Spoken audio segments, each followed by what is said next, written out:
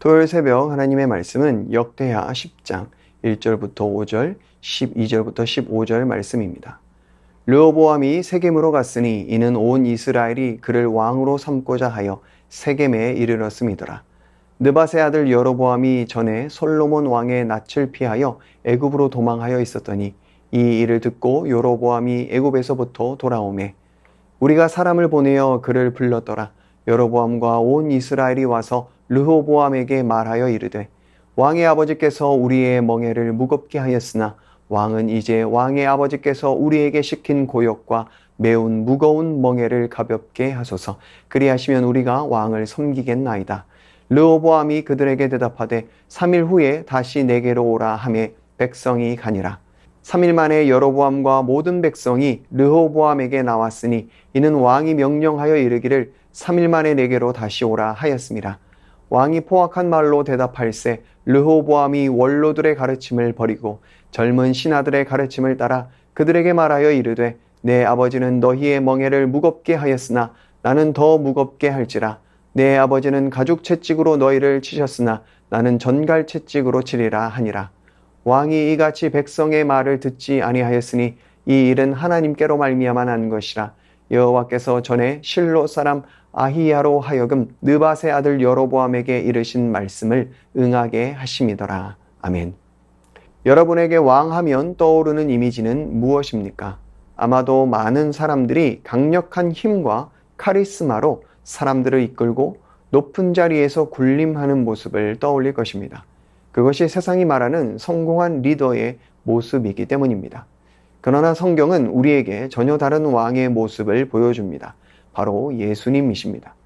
그분은 만왕의 왕이셨지만 가장 낮은 곳으로 오셔서 제자들의 발을 씻기셨고 자신의 목숨을 내어주시기까지 우리를 섬기셨습니다.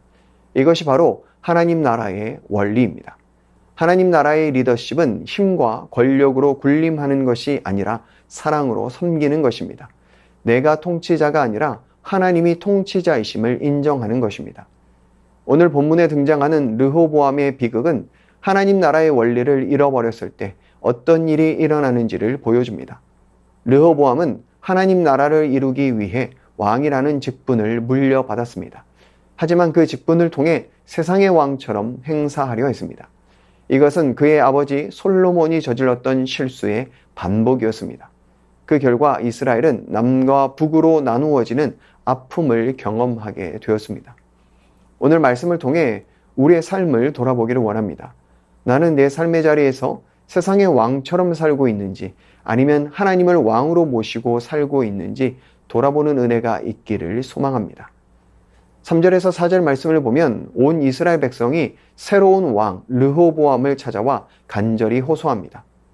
아버지 시대의 무거운 멍에를 조금만 가볍게 해주십시오. 그러면 우리가 왕을 섬기겠습니다. 이것은 고통을 알아달라는 신음이었고 새로운 왕에게 거는 기대였습니다. 솔로몬의 영광 이면에는 백성들의 고된 노역과 무거운 세금이라는 그림자가 있었기 때문입니다. 그러나 르호보암은 듣지 않았습니다. 그는 백성의 아픔에 공감하는 대신 자신의 권위를 지키려는 교만을 선택했습니다. 백성을 섬겨야 할 대상으로 보지 않고 힘으로 눌러야 할 대상으로 여긴 것입니다.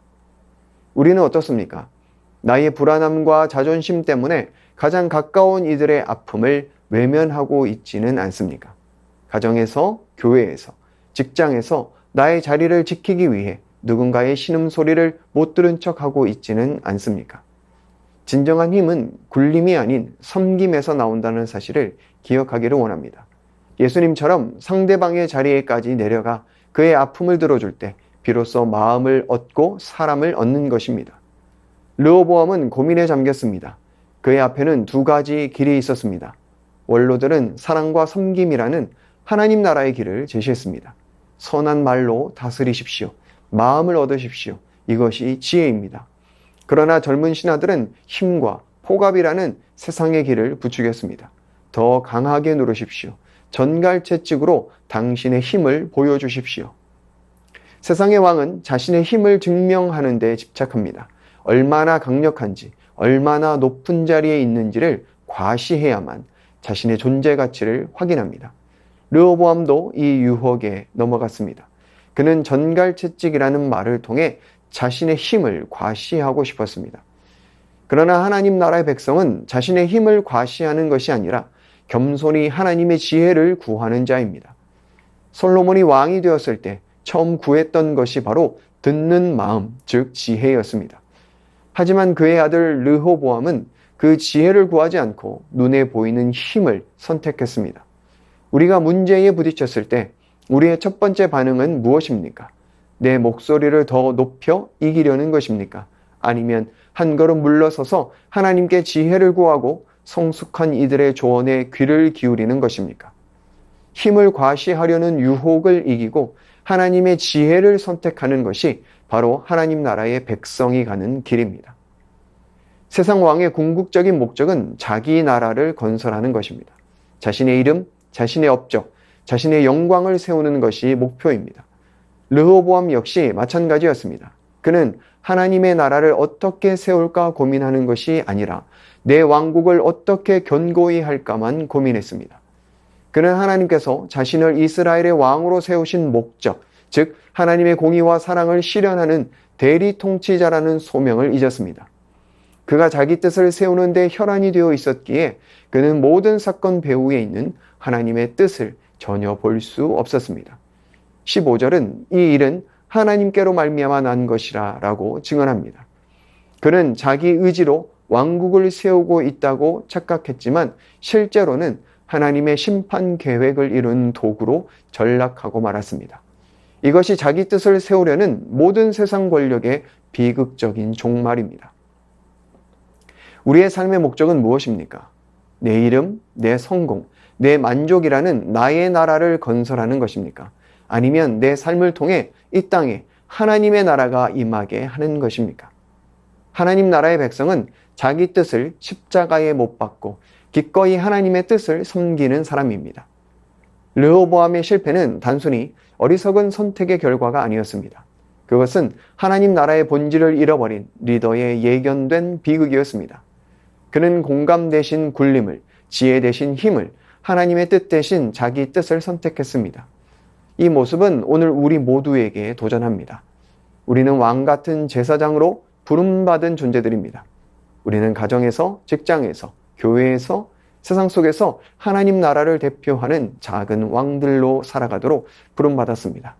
그때 우리는 어떤 왕의 모습으로 서야 하겠습니까? 우리에게는 완벽한 모델이신 진정한 왕이 계십니다. 바로 예수 그리스도이십니다.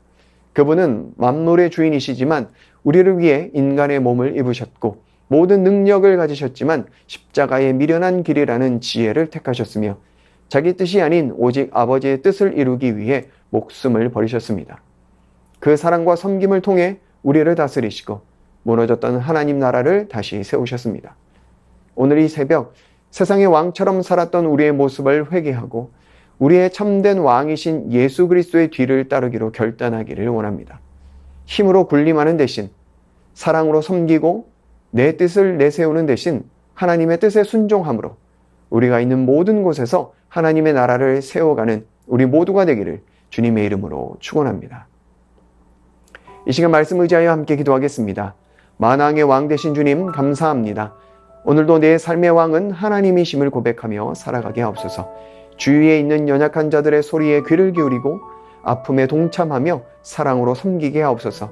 나의 뜻이 아니라 주님의 뜻을, 나의 나라가 아니라 하나님 나라 이루며 살아가는 복된 인생 되게 하옵소서. 이 시간 말씀 의지하여 함께 기도하겠습니다.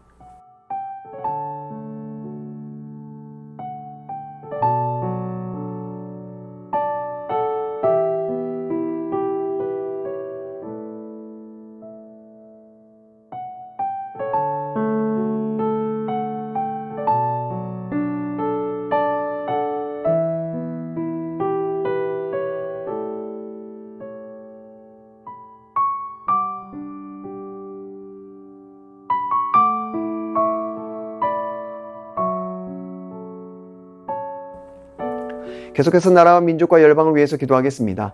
위정자들이 하나님을 경외하게 하시고 국가와 국민을 위해 섬기고 헌신하는 자들이 되게 하옵소서. 가난하고 소외된 이웃들을 돌아보는 나라, 청년들이 소망을 품을 수 있는 나라 되게 하옵소서.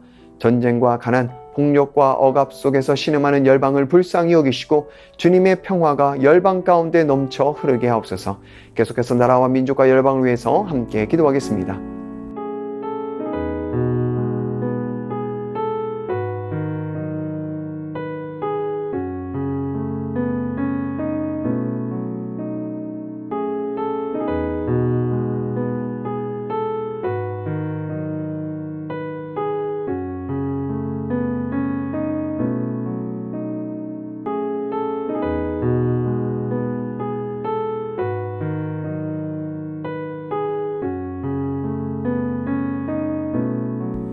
계속해서 교회를 위해서 기도하겠습니다. 태신자들이 새생명 축제를 통해 주님을 알고 회복의 은혜를 경험하게 하옵소서. 새순의 모든 성도들이 주님의 부르심 앞에 내가 여기 있나이다 라고 고백하는 주의 친밀한 자녀, 순종의 자녀 되게 하옵소서. 담임 목사님 날마다 성령 충만케 하시고 모교 토요 전도팀을 통하여 구원의 역사가 일어나게 하옵소서. 계속해서 교회를 위해서 함께 기도하겠습니다.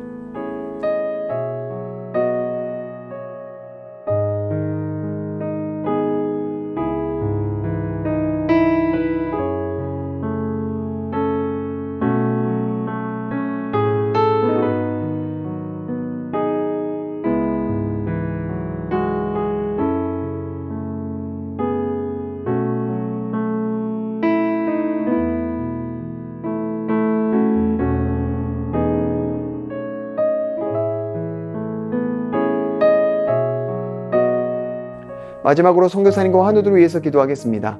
개국 연미족 정부흥 선교사님, 싱글맘인 올레사의 아들 라심의 소아암을 치료해 주시고 이 가정을 긍휼히 여기사 믿음이 더욱 자라게 하시고 경제적으로 풍성하게 하옵소서. 큰딸 가은이가 모스크바에 있는 바우만 공대에서 좋은 선생님과 친구들을 만나게 하시고 신앙의 동역자들을 만나서 하나님의 나라 전파에 쓰임받게 하옵소서. 환우분들을 위하여 기도하실 때 배복희 집사님 유방암 1기 판정을 받고 수술을 마쳤습니다. 이후의 모든 치료와 회복 과정 중에 함께 하셔서 온전히 치유될 수 있도록 은총을 베풀어 주옵소서. 조정숙 권사님 남편 되시는 백형호님 뇌출혈로 입원 중입니다. 일반 병실로 옮겨 재활치료와 언효치료 중입니다. 회복시켜 주시고 일상생활이 가능하게 하옵소서. 박세훈 집사님 유방암 발병 이후 뼈로 전이된 상황 가운데 있습니다. 육신의 모든 통증이 사라지고 마음 가운데 하나님의 깊은 위로와 회복의 은혜가 충만히 임하게 하옵소서. 김민정희 집사님 방사선 치료의 효과가 크지 않아 현재는 호르몬제로 치료를 받고 있습니다. 검사 수치가 더 이상 악화되지 않고 안정되며 하나님의 은혜로 점차 회복되게 하옵소서. 권호순 권사님 진행 중인 항암 치료가 계속 효과를 나타내어 암세포가 완전히 사라지고 면역력이 증가하여 모든 치료를 잘 감당하게 하옵소서.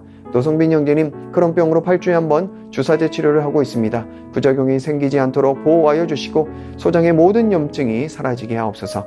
이외에 수술과 시술 이후에 회복 중에 계신 분들, 오랜 질병으로 투병 중에 계신 분들 깨끗하게 치료하여 주옵소서. 이 시간 선교사님과 환우분들을 위해 기도한 후에 개인 기도하겠습니다.